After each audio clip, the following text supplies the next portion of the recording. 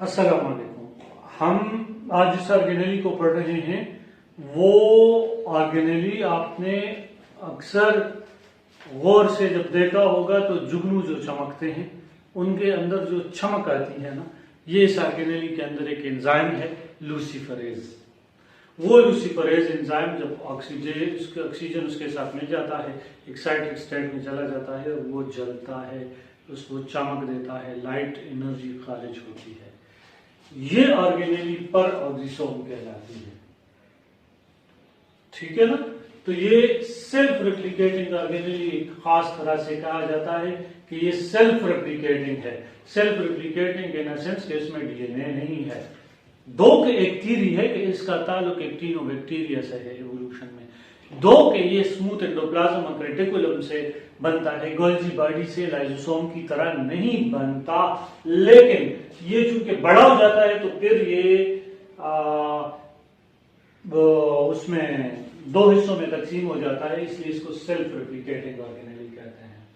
और ये मुसलसल हाइड्रोजन पेरोक्साइड को मुसलसल वाटर और ऑक्सीजन में कन्वर्ट कराता है और उसके अंदर क्रिस्टलाइन कोर, मेम्ब्रेन और दूसरे एंजाइम्स होते हैं। तो हम आसानी से एक नॉर्मल डाइल्यूटेड एंजाइम जो कि 60 टाइप्स है, membrane single layer lipid proteins पर मुश्तमिल है। इसका मेम्ब्रेन, इसमें प्रोटीन पोर्टर्स होते हैं, ये लाइसोसोम से मुख्तलिफ है।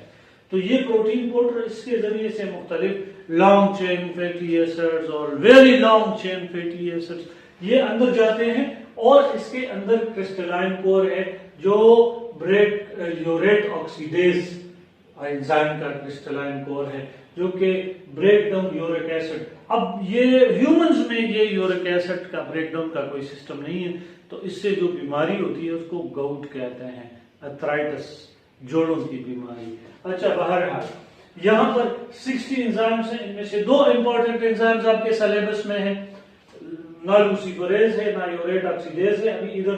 तो यहाँ पर जो है वो पर ऑक्सीडेज है और कैटालेज है।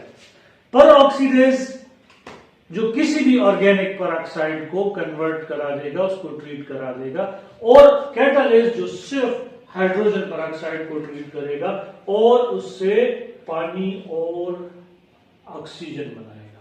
तो कन्वर्ट हाइड्रोजन पेरोक्साइड इनटू पानी, तो ये पानी बना देगा, पानी बना देगा, इस वजह से इसको कहते हैं कि ये कैटालेज है। इसका साइज 0.2 to 1.5 माइक्रोन है और ये स्मूथ एंडोप्लाज्म रेटिकुलम से बनता है। Urate oxidase, D amino acid oxidase और कैटालेज, इसको 3 कैटेगरीज में हम तकसीम कर सकते हैं।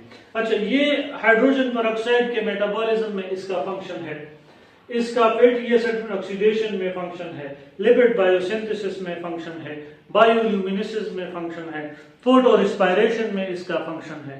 Glyoxysome is a special type of peroxisome which is found in the plants, oil-rich seeds, and it converts the fatty acids through several pathways into the glucose। यानी पहले बीटा ऑक्सीडेशन होती है, फिर ग्लाइकोलिक एसिड ऑक्सीडेज मतलब glycolic acid pathway होता है, glycolate pathway, फिर इसके बाद ग्लूकोनियोजेनेसिस होती है और ग्लूकोज फॉर्मेशन हो जाती है। तो सिंपल टर्म में हम कह सकते हैं it converts the fatty acids into the carbohydrates. अब यहां पर इसके और जर्मिनेशन ऑफ सीड्स में चूंकि ये भी काम होता है, ये जर्मिनेशन ऑफ सीड में भी हेल्प करता है। और इस तरह बायोल्यूमिनेसेंस का जिक्र तो कर चुका हूं, तो उम्मीद है आपको ये लेक्चर पसंद आया होगा, आपको कुछ ना कुछ फायदा भी हासिल हुआ होगा। तो चैनल को लाइक कीजिए, सब्सक्राइब कीजिए और बेल का आइकन दबा दीजिए ताकि आपको अच्छे अच्छे लेक्चर्स मिलते रहें। अल्लाह हाफ़िज़।